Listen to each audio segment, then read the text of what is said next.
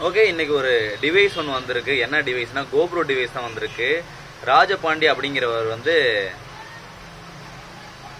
திருச்சியிலேருந்து நமக்கு ஒரு GoPro சென்ட் பண்ணியிருக்காரு. இது என்ன GoPro மாடல்னா GoPro Hero 10 நினைக்கிறேன்.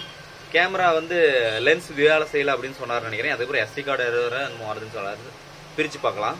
உங்களோட டிவைஸும் ஏதாவது ரெடி பண்ணணும்னா கீழே இன்ஸ்டாகிராம் வாட்ஸ்அப்னு கொடுத்துருக்கேன். கான்டாக்ட் பண்ணுங்கள். எந்த ஊர் எந்த பிளேஸ் வந்து கொரியர் சர்வீஸ் பண்ணிக்கலாம். கேமரா வந்து டிஸ்பிளே எதுவும் ஒர்க் ஆகலை. ஃப்ரண்ட் லென்ஸ் ஒர்க் ஆகலை. இந்த லென்ஸ் வந்து கேமரா லென்ஸ் ஒர்க் ஆகலை. என்னங்கிறது பிரித்து செக் பண்ணி பார்க்கலாம். GoPro Hero 10 இது.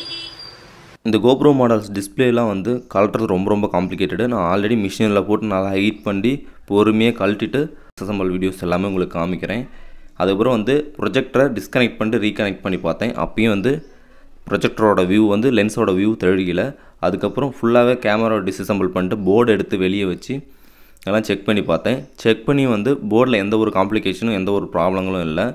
இது வந்து ஓவர் ஹீட் ஆனால் கிட்டத்தட்ட வந்து கண்டினியூஸாக ஒரு 2 to 3 ஹவர்ஸ்க்கு மேலே வந்து ரெக்கார்ட் ஆகி போயிடுச்சு அப்படின்னு சொன்னார். ப்ரொஜெக்டரு புது ப்ரொஜெக்டரு இதை தான் ரீப்ளேஸ் பண்ண போகிறோம். ரீப்ளேஸ் பண்ணிட்டு கண்டினியூ பண்ணுறேன். இந்த ஹீட் ஆனதுனால அந்த ப்ரொஜெக்டர் லென்ஸ் போயிருக்கலாம். அதனால தான் அந்த ப்ரொஜெக்டர் வந்து நான் அட்டர் போட்டு வெளியே இருந்து வந்து 2-3 டேஸ் ஆகிடுச்சு. அதுக்கப்புறம் ப்ரொஜெக்டர் மாட்டி செக் பண்ணால் டிஸ்பிளேவோட வியூ வந்துருச்சு.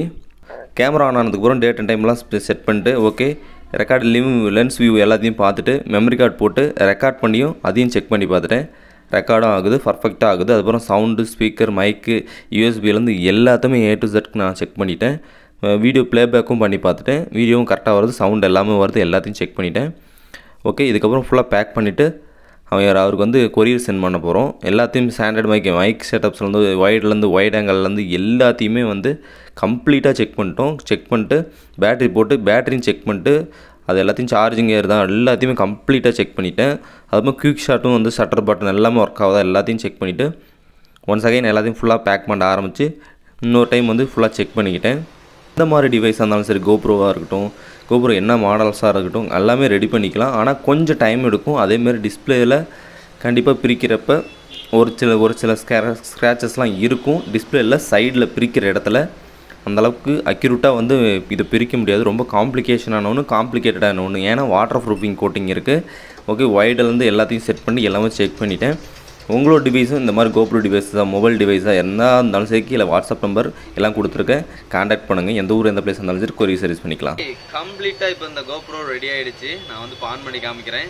ஃபஸ்ட்டு வந்து கேமராவோட வியூ தெரியாது, அது ப்ரொஜெக்டர் போயிடுச்சு அப்படின்னு வந்து நான் வந்து வீடியோ போட்டிருப்பேன். பாருங்கள், கேமரா வியூவோட வியூ அங்கே வந்து தெரியும். சரிங்க, ஃபேஸை காமிக்கிறேன். தெரியுதுங்களா? வியூ தெரியுதுங்களா?